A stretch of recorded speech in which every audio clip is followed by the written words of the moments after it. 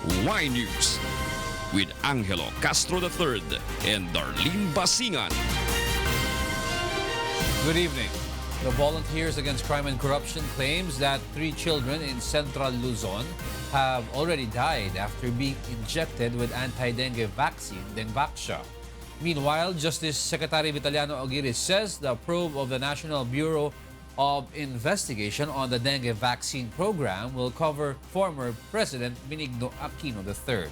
Roderick Mendoza will tell us why. The Volunteers Against Crime and Corruption has formally asked Justice Secretary Vitaliano Aguirre to probe the alleged anomaly in the government's dengue vaccine program. The group raises concern over the possible negative effects of anti-dengue vaccine Dengvaxia on the health of more than 700,000 school children aged 9 and above. The Department of Health on Friday has suspended the massive dengue immunization after the manufacturer of the vaccine admitted it could worsen the disease on persons who had not been infected before. May na-receive na kaming information sa aming coordinator sa Central Luzon. 3 na po ang namatay doon. At na mga bata na tinurukan nitong Dengvaxia na ito. Jimenez identified one of the supposed victims as Christine May de Guzman, a 10-year-old from Sisiman, Mariveles, Bataan. The girl supposedly received injection in April last year but died last October. The group is also studying the possibility of filing a class suit. Meanwhile, Secretary Aguirre admits that former President Benigno Aquino III is among those who will be investigated for approving the dengue vaccine program. The massive immunization started under former Health Secretary Janet Garin and was mainly implemented in Central Luzon, Calabarzon, and Metro Manila. Aguirre is inviting those who may have suffered negative effects from Dengvaxia to cooperate with the NBI probe. Come forward to us, give your information to the NBI, help the NBI para matukoy po natin at matulungan natin gobyerno ng kanilang gagawin. The DOH is open to all kinds of investigation on the issue. If the DOJ would like to investigate, we welcome all this kind of investigation para naman hindi lang haka-haka ang maging usapan sa atin, ano? So, magkaroon ng Congress hearing or magkaroon ng Senate inquiry, we are willing to cooperate and participate. The NBI probe will not only look into possible criminal negligence among former government officials but possible violations of the anti-graft law as well. Roderick Mendoza, UNTV, News and Rescue, Department of Justice. There is no truth to allegations that some children died after receiving Dengvaxia vaccine, according to its manufacturer, Sanofi Pasteur. Here's why from Monokson. Walang kaso ng dengue shock syndrome, walang kaso na namatay, at lahat ng kaso ng pinangalanan na severe dengue ay nag-resolve spontaneously. Pharmaceutical company Sanofi Pasteur allays parents' fears over the dengue vaccine injected to children across the country. The manufacturer belies allegations that there are 3 children who died after receiving Dengvaxia vaccine. The Department of Health or DOH also confirms no reported fatalities due to Dengvaxia. In fact, just for the information of the group, yung mga sinasabi din nilang severe dengue among those na identify ng Sanofi, walang namatay doon. These cases stayed in the hospital for yung range nila is 4 to 6 days and eventually they were discharged improved naman. However, Sanofi admits the vaccine will have a negative effect to anyone who receive it prior to dengue infection. We do see an increased risk of dengue hospitalization, severe dengue in those who have not previously been infected. This risk is seen predominantly starting from the 3rd year from the first dose. Sanofi explains 9 of the 10 children who received the Dengvaxia vaccine contracted dengue. It says the parents are just not aware since the symptoms of the disease are not obvious. The company further said 3 of 4 children who received the vaccine did not show any symptoms of the viral infection. It also explains that anyone who has Dengvaxia injection will not automatically have severe dengue. Nakukuha mo siya dahil you had a subsequent exposure to the virus. So hindi dahil binigyan ka ng bakuna, nagkaka-severe dengue ka. Amid the controversies, Dengvaxia is believed to be 100% effective to children who receive the vaccine 3 times. However, Sanofi advises the parents to not complete for now the injection of the vaccine pending the statement of the World Health Organization regarding the matter. The manufacturer, meanwhile, vows to cooperate with the investigation the NBI will conduct in connection with the issue. Mon Hokson, UNTV News and Rescue, Quezon City. The Department of Health still puts on hold the immunization program of the government against dengue virus. Meanwhile, Malacanang allays public fear of the controversial dengue vaccine, Dengvaxia. Rosalie Cos will tell us why. Wala pong dahilan para magpanik. This was the statement of Malacanang for some who are anxious of the dengue vaccine Dengvaxia, which is the center of the government's dengue immunization program. Presidential spokesperson Secretary Harry Roque explains Dengvaxia is effective for the 9 out of 10 who received the vaccine, though he admits there are possible effects. Pero the worst case scenario, according to this new study, na isinapubliko naman nila at hindi tinago, no, ay 1 out of 10, yung hindi pa nagkakadengue, baka po pwede uli magkaroon ng dengue consisting of yung kanyang mga symptoms ay 2 araw ng paglagnat at saka yung konting pasa sa katawan. Hindi naman po yung nakamamatay. Meanwhile, based on the report of the Department of Health, 1 out of 10 or an estimated number of more than 70,000 school children who have not been infected with dengue virus prior to the vaccination are likely to acquire severe dengue after 30 months. Severe dengue is a dengue infection that is not fatal with symptoms as fever and hematoma. DOH and DepEd assure that they are closely monitoring school children who have been shot with Dengvaxia. We have on hand right now through our regional offices lahat ng address ng mga bata o mga recipient ng bakunang ito. Meron man lumitaw na magkaroon ng initial symptoms in the next, say, 2.5 years. Kaya wala tayong lalabas dapat na bukas o the next day after na, oy, may severe dengue na yung anak ko dahil nabakunahan. No. Meanwhile, DOH dengue immunization remains on hold while consultative meetings and investigations on the issue are ongoing. DOH also assures to help with the investigations of any investigating body regarding the matter. The government also lets private medical practitioners decide on whether to encourage or discourage their patients to continue with vaccination of Dengvaxia. Nevertheless, Malacanang guarantees to update the public on relevant information surrounding the issue. We will tell you if there is a reason to be concerned. What we're telling you now is wala pong dahilan para maabala. At kung meron naman pong ibang datos na magpapakita na talagang may dahilan para maabala ang publiko, sasabihin naman po yan ni Presidente Duterte. Wala po kaming itatago sa publiko. Rosalie Cos, UNTV News and Rescue, Malacanang. The Armed Forces of the Philippines still cannot confirm if martial law declaration in Mindanao will be extended anew. Here's why from Ray Pelayo. The Armed Forces of the Philippines, or AFP, vows to take in consideration first and foremost the peace and order situation in the southern part of the country in its recommendation on whether or not to extend the declaration of martial law in Mindanao. AFP Public Affairs Office Chief Marine Colonel Edgar Arevalo said on the program Get It Straight with Daniel Razon that the military targets to submit its recommendation to President Rodrigo Duterte within the week. The military rule in Mindanao is set to end on the 31st of December. The Congress should also deliberate on the matter before it goes into a session break on December 15. Kung saan kinakailangan po natin na patuloy na siguruhin na ang terorismo ay hindi magkakaroon ng puwang. At ang ika nga, yung buko ng terorista or terorismo na sa Marawi ay kagyat nating naputol. Subalit, marami pa rin po silang sympathizers, marami pa silang supporters, at may mga remnants pa rin po ang grupong ito na sinasabi po natin na nagpapatuloy sa kanilang pagre-recruit. The AFP plans to recruit 10 more battalions of soldiers alongside its purchase of new firearms and military vehicles.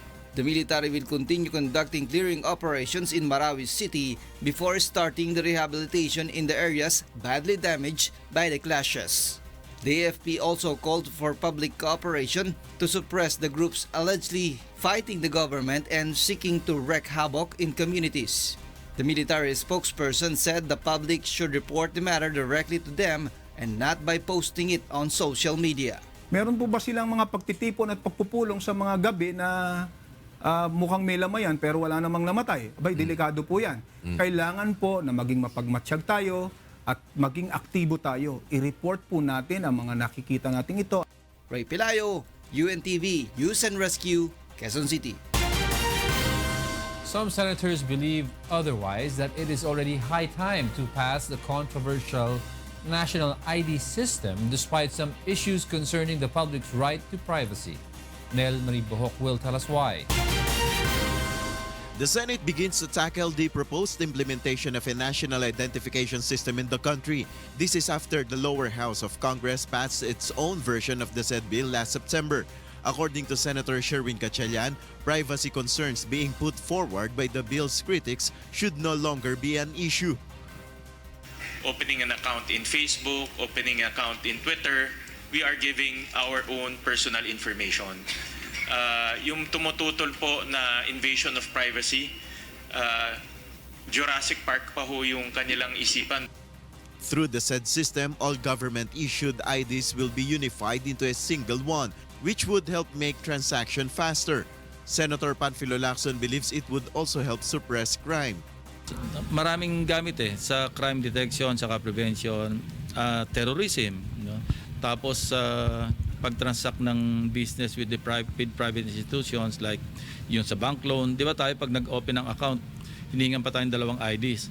So ngayon, pati nga, so kanina discuss, pati yung baka pwedeng gawing substitute na rin to sa passport natin pa uwi. The senators also debated on how to begin the registration to have a national ID and whether to use the current database of the GSIS and SSS or to create a new registration process for all Filipinos 18 years old and above. In our wrap-up meeting last week, the suggestion is to start the biometrics from zero. Start from zero, and I don't know how much funding we require. The Senate targets to pass the proposed national ID system in the first quarter of 2018. The Philippine Statistics Authority or PSA, meanwhile, said they have already started preparations, although the bill has yet to become a law. This is especially since the PSA notes there is a 2 billion peso budget allotted already for the national ID system in its 2018 budget. Ang GAA, kung masign na yung aming 8 billion ng PSA at nasa GAA na siya, pwede na namin siyang gamitin to prepare for national ID. Senate will continue its deliberation on the proposal next week. The senators are expected to hear more from the side of other stakeholders regarding right to privacy issues. Nel Maribuhok, UNTV News and Rescue, Senate of the Philippines. The Philippine National Research Institute allays fears of a nuclear accident in Bataan Nuclear Power Plant, similar to what happened in Fukushima in Japan. Leslie Longbowen tells us why. The Fukushima disaster in 2011 is one of the worst nuclear accidents in the world after the Chernobyl accident in 1986. This after 9.1 magnitude earthquake and tsunami hit Tohoku, Japan. For this reason, thousands of people had to evacuate. The terrible incident is feared by the public in the construction of nuclear power plants in the country, as well as the possible reopening of the Bataan Nuclear Power Plant or BNPP with the help of Russia. However, the Philippine Nuclear Research Institute Director Carlo Arcilla says the Fukushima disaster couldn't happen in BNPP. Mas malakas ang design ni BNPP kaysa sa Fukushima. Okay? Ang design po ng 0.4G ang kaya niyang i-resist, no, na earthquake. Ang design po daw yata yung kanyang shield kaya mag-resist ng isang crash ng 747. Aeroplanong malaki. Yung elevation po ni BNPP is higher than the highest tsunami height. 18 meters, I think. 18 meters ang taas. So ibig sabihin hindi siya papasok doon, no? So yan ang tapos pangatlo, all the 450 nuclear plants in the world learned from that cooling. It was a cooling problem issue. Meanwhile, Arcelia has this to say to people who doubt the capability of Filipinos to run its own power plants. Hindi ako makapaniwalang hindi kakayaning mag-maintain ng nuclear plant ang mga Pinoy. Our engineers have built a big part of Middle East. Okay? It's an insult to the Filipino science and technologies when they say we are not capable.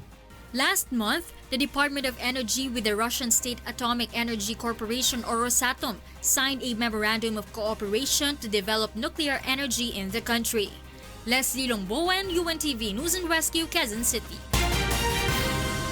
47% or 10.9 million Filipinos consider themselves poor based on the latest survey of the Social Weather Stations or SWS. Rosalie Cos will tell us why. From 44% last June of this year, the number of Filipinos who consider themselves poor rose to 47%, while 32% or 7.4 million of the said number consider the food they eat as poor quality. These results are based on the third quarter self-rated poverty survey conducted by the Social Weather Stations or SWS. Some Filipinos, however, say they are experiencing some improvements in their livelihood. Kasi hindi naman masyado. Kung mahirap ka talaga, hindi ka makakain ng 3 beses isang araw. Dito sa Manila, hindi ko nararamdaman na mahirap ang buhay. Basta magsikap ka lang, kumbaga nasa tao pa rin ang pag-unlad. Malacanang, meanwhile, welcomed the latest SWS survey. According to Presidential Spokesperson Secretary Harry Roque, the number of Filipinos who consider themselves poor rose because of the decline in the value of peso, which leads to an increase in the prices of products and services. With this, the palace vows to further intensify the social services the government offers, like the free college education, free medicines, among others. Rosalie Cos, UNTV News and Rescue, Malacanang. Transport Group Piston has warned anew of a massive protest and transport strike in January alongside the start of the implementation of the Duterte administration's jeepney modernization program. Joan Nano explains why. Militant groups have gathered here in Manjola, Manila to show force and protest against the planned jeepney modernization program of the government. They argue that such plan will not help but poses additional burden or worse, take away their only source of income that supports their families. Although the scheduled transport strike today was called off, transport groups Piston and No to Jeepney Phase Out Coalition proceeded with their protest today.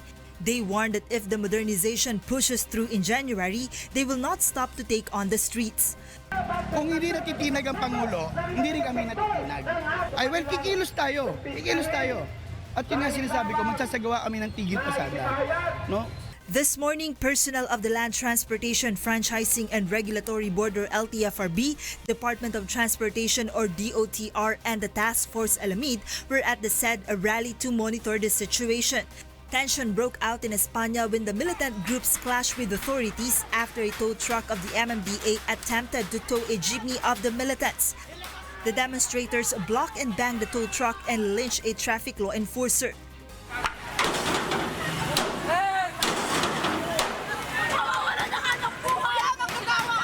Because of this, the tow truck had no other option but to pull over. After the program on España, the protesters marched to Manjola. However, when they turned to the corner of Recto, a LTO enforcer attempted to remove the cover on the plate number of a jeepney. Because of this, the militants ganged up on the enforcer. In-stop ko siya, tinanggal ko yung plate number. So nung nakatalikod ako, tinitignan ko yung plate number, biglang may humugot sa akin. Hindi ko na alam kung mayroong nagbatok sa akin. Nahulog yung aking radio and yung sunglass ko. Wala namang ginagawa At kasi i-check dapat ang mga prangkisa, i-check ang kanilang mga papeles. Kung wala, then the proper natural course is to impound. Kanina nga humiga na kaagad yung isa sa ilalim ng ng tow truck. Mukhang ayaw magpa-regulate, ayaw sumunod sa batas. The LTFRB has filed complaints before the Quezon City Regional Trial Court against George San Mateo for his repeated conduct of a transport strike. The agency is expected to release this week the names of the jeepney drivers and operators who will face franchise revocation for joining the protest. Joanano, UNTV News and Rescue, Manila. The Department of Transportation, or DOTR, also plans to temporarily close several runways in Manila Airports in February 2018. Here's why from Nel Maribojo. The Department of Transportation, or DOTR, begins the repair of some facilities of airport terminals to address the congestion at the Ninoy Aquino International Airport, or NAIA. Airport authorities will begin in February of next year the construction of the rapid exit taxiways. It is expected to help airplanes take off faster so the next plane could immediately land on the tarmac. However, it is also expected to affect the operation of the airport and possibly decrease in the number of flight schedules during the summer season. Based on the estimates of the Manila International Airport Authority, or MIAA, in the 5-hour closure a day of some runways, 93 huge aircraft will be affected. We have already met with the airlines to come up with their schedule for summer schedule, so that they will all of them will be properly slotted. Either they combine flights, reduce the number of flights. According to DOTR Secretary Artur Tugade, the country has 13 radar stations which help in air traffic management. Magiging operational na to hanggang Zamboanga.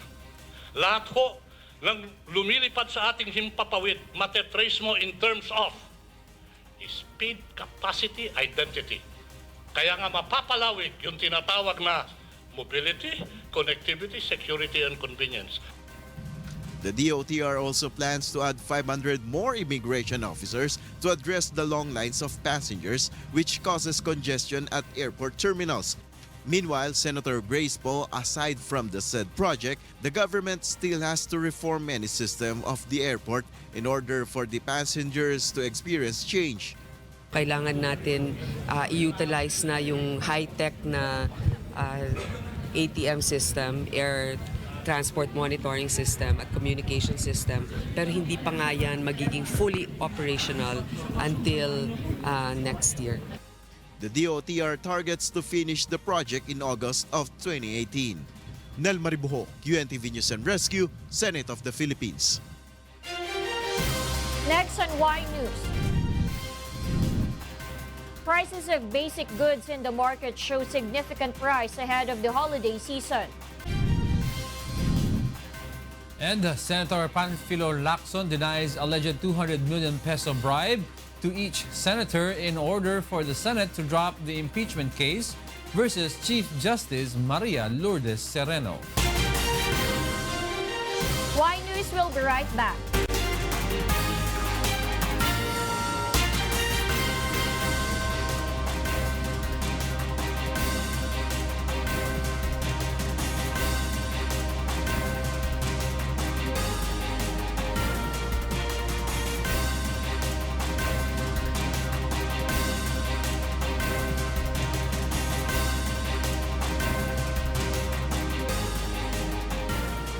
As the holiday season draws near, prices of certain items in public markets have shown significant increase. Joanano will tell us why. The price of several products rise as the holiday season is just around the corner. This due to an increase in the demand. The price of products such as red onions increased from 100 pesos a kilogram to 140 pesos, while the price of white onions remains at 50 pesos per kilogram. Talagang ganyan tuwing Berman, ganito ang presyo ng sibuyas Tagalog. Tumataas siya. The price of beef is now at 280 pesos per kilogram from the previous price 190 pesos. Nagtataas po talaga kami ng presyo kasi yung supplier po talaga namin inihigpitan po kami pag pumasok na yung October kasi iniipon nila for December para hindi tayo magigipit sa karne pag December na. The price of pineapple also rose to 70 pesos from the previous 60 pesos per kilogram. Seedless grapes can now be bought at 200 pesos per kilogram, which before was 180 pesos. The price of chicken meat, however, remains at 155 pesos for whole chicken and 165 for choice cut. Consumers can buy pork at 210, which is 10 pesos lower than its previous price. Joanano, UNTV News and Rescue, Quezon City. The National Capital Region Police Office or NCRPO is ready to implement the necessary security measures for the upcoming holiday season. NCRPO Chief Police Director Oscar Albayalde says they will deploy about 10,000 cops in crowded areas. We'll be deploying 9,559 all in all, 9,559 uniformed policemen in all places of convergence, particularly sa mga malls, yung mga MRT, LRT natin, sa mga shopping areas, lalong-lalo na yung mga open markets natin. And of course, yung mga churches. Albayalde notes the NCRPO is not in need of additional policemen from provinces serving as augmentation force since it has not monitored any threats to the security in Metro Manila this holiday season. The Department of Health or DOH and other government agencies begin to warn the public against the use of firecrackers. Aiko Miguel will tell us why. Every year, the Department of Health or DOH and other government agencies remind the public of the dangers of using firecrackers. As always, DOH targets to achieve zero casualty during the New Year revelry. Authorities always call on the public to use alternative noisemakers like trumpet during their year-end celebration. Earlier this morning, the DOH, DepEd, PNP, Bureau of Fire Protection, Manila local officials and Ecoways Coalition visited a school in Sampaloc, Manila. It aims to remind the students and teachers of the harmful effects to health and environment of firecrackers. Kung may paputok ka sa bahay, tabili mo na you're posing this risk at danger sa number one, sa sarili mo, sa anak mo, kapamilya mo, at saka yung mga passers-by. Grade 9 student Rendell says he knows he might lose a finger or figure in an accident by using firecracker. Simula po ng bata ako, pinagbabawalan na po ako kasi masama kasi yun, dapat fireworks display na lang po para wala na masaktan na ibang tao. According to the guidance counselor of the school, she even prohibits her children to use fireworks. So kailangan po talaga i-remind natin ating mga anak, lalong-lalo na yung mga maliliit kasi hindi pa naman sila aware kung ano ang magiging kalalabasan ng paputok. If ever na mangyari po yon, sino po ba ang magiging magsasuffer? Kundi yung magulang and of course yung mga bata.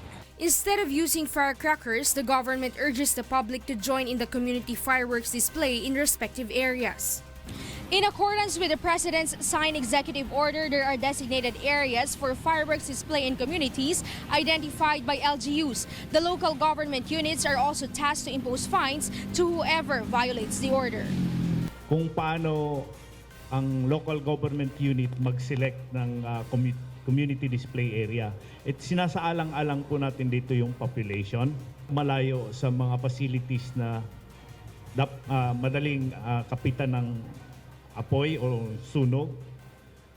Yung presence of the firefighters, presence of a trained person, kailangan meron ding medical specialist, and dapat andon din yung fire personnel. Meanwhile, the DOH also targets to achieve zero casualty and injuries during this year's New Year revelry. This is especially since the use of fireworks has been limited to pyrotechnics devices. Figures of the DOH shows that from December 21, 2016 to January 5, 2017, there were 630 fireworks-related injuries from DOH Sentinel sites. The number is 34% lower than in the period of 2011 to 2015. Philippine National Police vows to intensify its monitoring of vendors who sell fireworks without permit. Aiko Miguel, UNTV News and Rescue, Manila. The PNP Human Rights Affairs Office, or HRAO, launched a mobile application called Know Your Rights, which contains the rights of the public and the accused. Police Chief Superintendent Dennis Servio says the mobile application aims to guide cops in enforcing the law and to inform the public of their rights. The app contains the Miranda doctrine in various foreign languages including Chinese, Nihongo, Hangul, and Taiwanese. Foreign translation ng Miranda warning like Korean, no? Pakikita yung Korean. Then you just have to play the audio translation. 당신을 뭐뭐하기로 체포한다. 당신은 묵비권을 행사할 권리가 있으며. The application also contains advisories of the PNP, including arrest warrants, advisory on the conduct of custodial investigation, and information regarding the anti-torture law. The PNP can also send a message to the public using the said app in the event there is a complaint of human rights violation. Know Your Rights or Know Your Human Rights app can be downloaded by all Android mobile phone users on the Google Play Store. Philippine National Police Chief Director General Ronald De La Rosa couldn't be prouder after the recent recognition rights of the Philippine National Police Academy. Here's why from Leslie Longbowen.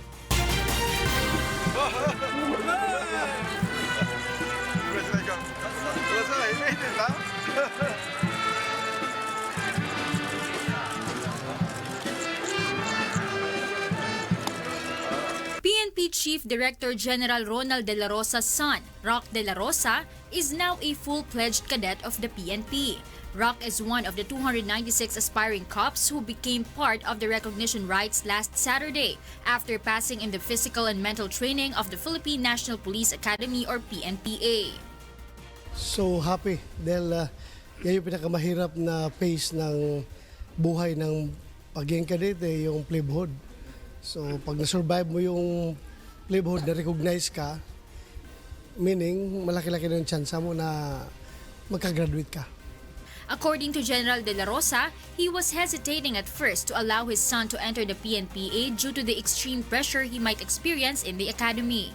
However, the PNP chief eventually allowed the wishes of his son. I saw myself in him 39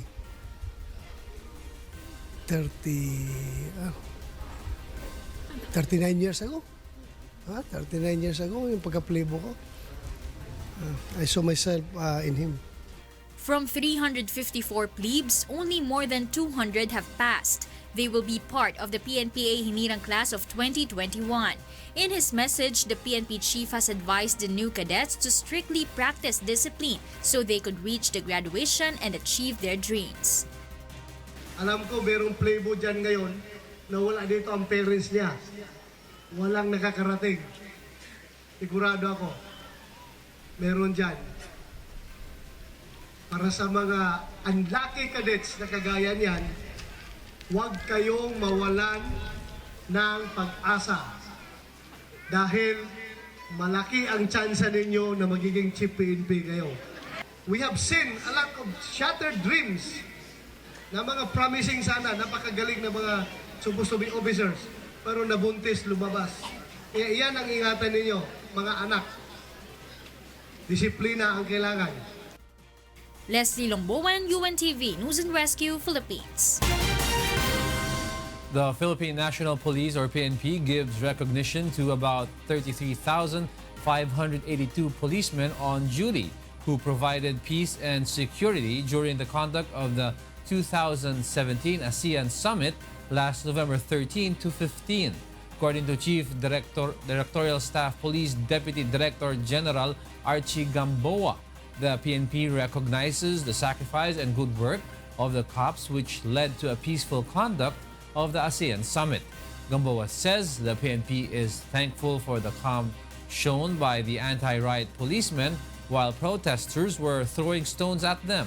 With this, PNP Chief Police Director General Ronald Bato De La Rosa considered the job of the said policemen well done. Only 972 out of 1,076 Caloocan police have been given clearance to return to their assignments after completion of their training. Here's why from Lea Ilagan. 1,076 Caloocan City policemen finished their 2-month reorientation and moral enhancement training. The retraining is part of the internal cleansing being implemented by the Philippine National Police or PNP. Ito ay puro values formation, human rights, at saka spiritual enhancement ito. Kaya tinatawag na form police, yung reorientation. No? Halos yun ang module dito eh. However, of the more than 1,000 Caloocan City policemen who have undergone retraining, only 972 of them can go back to work because 104 of them failed to pass. Of the 972, 29 will be assigned in provinces, 41 will undergo another retraining, 32 are considered unfit to work due to illness, and 2 have gone AWOL or absent without official leave.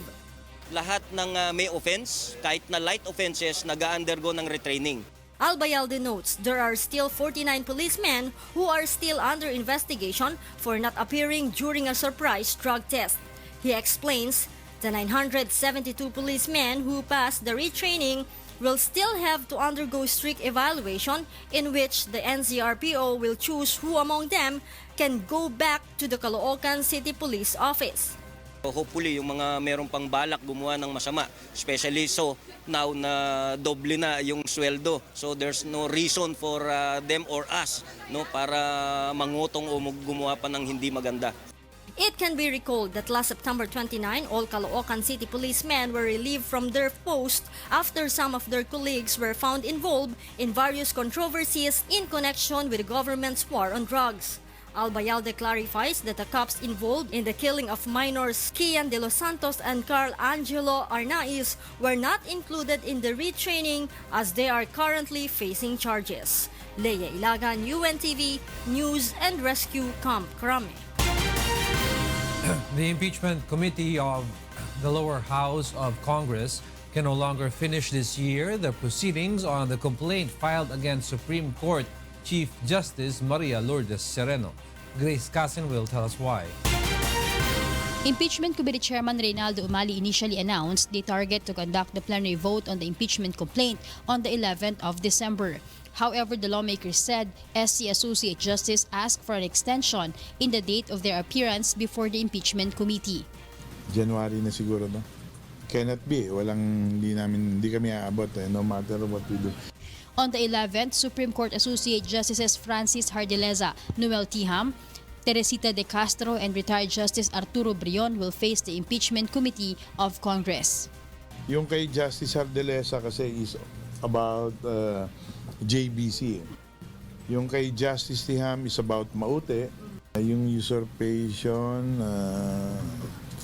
I guess, During the resumption of the hearing tomorrow, the committee is expected to discuss the allegations of CJ Sereno's delay the release of the pensions and benefits of retired justices of the Supreme Court. Also invited in the hearing are the officials of Supreme Court Special Committee on Retirement and Civil Service Benefits and the court administrator. Si Attorney Gadon, one of his revelations was of a wife of a retired justice na nakamatayan na niya itong retirement benefits kasi nga it took quite a long time, I think more than 2 years before yung retirement application was acted upon. Based on the rules, the committee has 60 session days to finish an impeachment complaint filed in the lower chamber of Congress. In the case of Chief Justice Sereno, the impeachment committee has until May of next year to complete the proceedings. Grace Casin, UNTV News and Rescue, House of Representatives. Senator Panfilo Lacson denies allegations that some individuals are trying to bribe senators with 200 million pesos each in exchange for the acquittal of Chief Justice Maria Lourdes Sereno from the impeachment cases filed against her. Senator Lacson says such allegations of Attorney Lorenzo Gadon must not be believed because he says there is a possibility of a hidden intention behind his complaint against the chief magistrate. Yun nga tinetestify niya doon sa House, puro hearsay. Ito, chismis pa ito. Di lalong hearsay, baka triple hearsay yan. In the first place, wala akong alam na kumakausap sa mga senador. Wala akong nababalitaan. No? Maybe, ito yung tack niya to put the senators on the spot if and when the articles of impeachment will be transmitted to us. CJ Sereno's camp, on the other hand, said Gadon's statements are untrue. Several tribal groups aired their concerns to government representatives in a dialogue for indigenous people. Here's why from Abi Santa Ines. An estimated of 100 representatives of various tribal organizations and government agencies attended a dialogue today organized by the National Commission on Indigenous People or NCIP in Butuan City. Discussed in the dialogue are problems being faced by Lumads in the region of Caraga, like insurrection and their limited access to communication and transportation. The representatives also tackle the Manobo tribe's problem on ancestral domain, which allegedly causes division among the members of the tribal group. Ay tungkol sa ancestral domain, adti nga para maplastar nga matabangan mi sa gobyerno, mahapsay ang pamagi kanang gitawag og titulo para panawang among area nga dili na samok sa uban mga grupo kon mahimo atong mga way grado nga mga lumad labi ng mga SDF ipalegular sa unta nga sundalo aron nga didto ra sa maasahin sa amo. Oo. Naa pero ang may mga kapgo gamera man ang sundalo nga i-assign. Dapat daghanon. For their part, government representatives discussed the rights of indigenous people under the Indigenous Peoples' Rights Act of 1997 or the IPRA law. They emphasized the importance of collaboration of different stakeholders in order to address the problems involving the indigenous communities. So we need collaboration and concerted efforts from different line agencies to resolve issues, lalo na yun sa mga priority needs and problems ng mga indigenous peoples in Caraga. Abi Santa Ines, UNTV, News and Rescue, Philippines.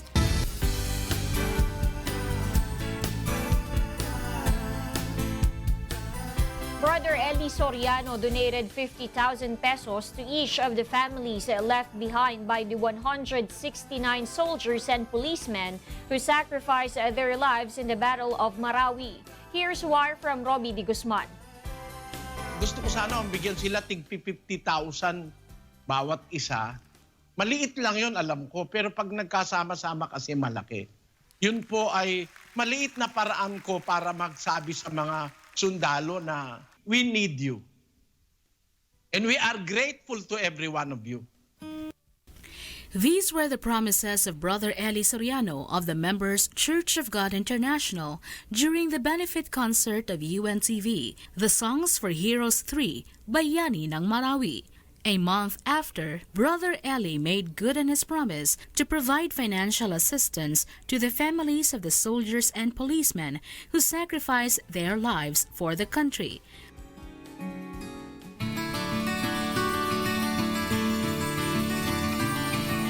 Last Saturday, Mr. Public Service Kuya Daniel Razon visited the AFP Western Mindanao Command or West Mincom headquarters in Zamboanga City to personally hand the donation. Present during the ceremonial turnover were West Mincom Commander Lieutenant General Carlito Galvez Jr. and Police Regional Office 9 Director Chief Superintendent Billy Beltran. Brother Eli donated a total amount of 8.3 million pesos for the relatives of the 169 government troops killed in the Marawi City clashes. Meron na pong naibigay na 6 na milyon sa AFP, 2 milyon naman sa PNP. Sabi ko naman, gusto ko kung ako nga sana pwede lang pumunta dyan, personal kong gustong iabot yung aking tulong sa inyo. Para maramdaman ninyo na naunawaan namin ang inyong kalagayan. Each family received 50,000 pesos for their livelihood. Kahit nawala yung asawa namin, pero yung meron talagang nagbibigay sa amin ng financial, malaking bagay na po yung talaga na natutuwa talaga kami. Salamat talaga.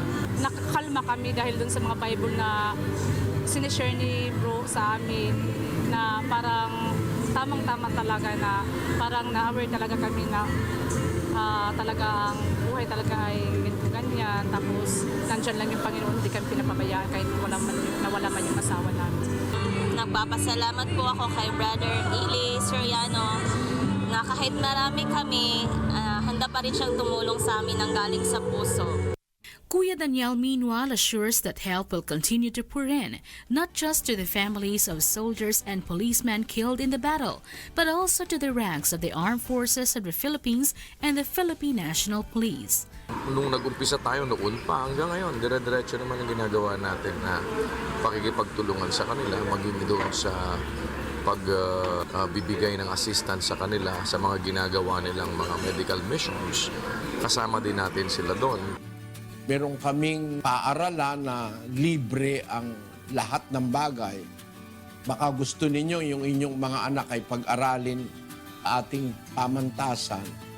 At meron din kaming iba't ibang mga services na libre na ito po aming ginagawa sa paniniwala sa salita ng Panginoong Hesukristo na dapat tayong gumawa ng mabuti sa lahat ng tao. On behalf of the Western Mindanao Command and also from the officers and men, sailors, soldiers, marines, and airmen and policemen who fought at the Marawi siege. Thank you very much for the love and gesture of kindness and compassion being given by Brother Eli Soriano and also by Kuya Daniel Lacson.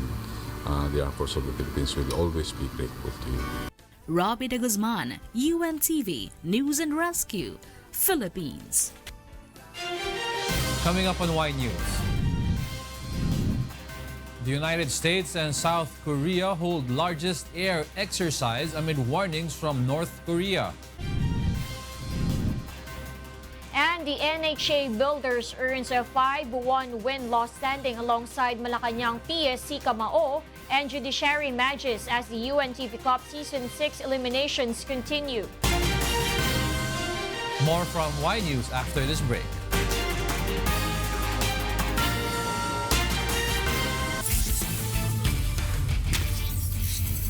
UNTV Cup Season 6 sees a new leading team in Group A. Meanwhile, in Group B, 3 powerhouse teams share the lead. Bernard Dadis will tell us why.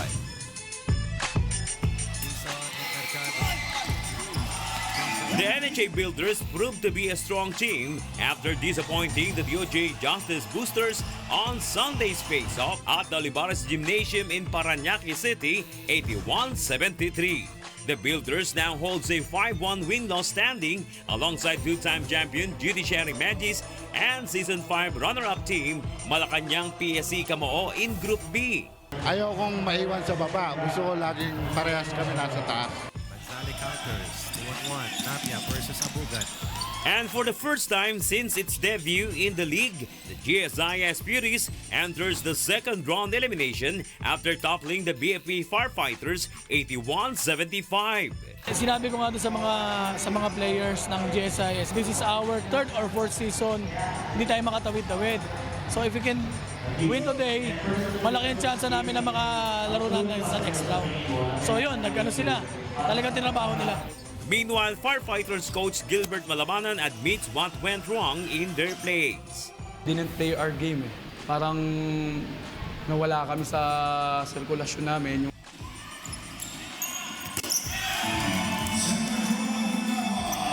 On the other hand, the Senate Defenders now leads Group A after defeating the COA Enablers on Sunday, 105-72. The Defenders has surpassed defending champion PNP Responders and two-time champion AAP Cavaliers. With the cooperation of the players and with the senators naman, maganda naman yung pinapractice namin. So, what we're practicing, we're applying. So, maganda yung naging resulta.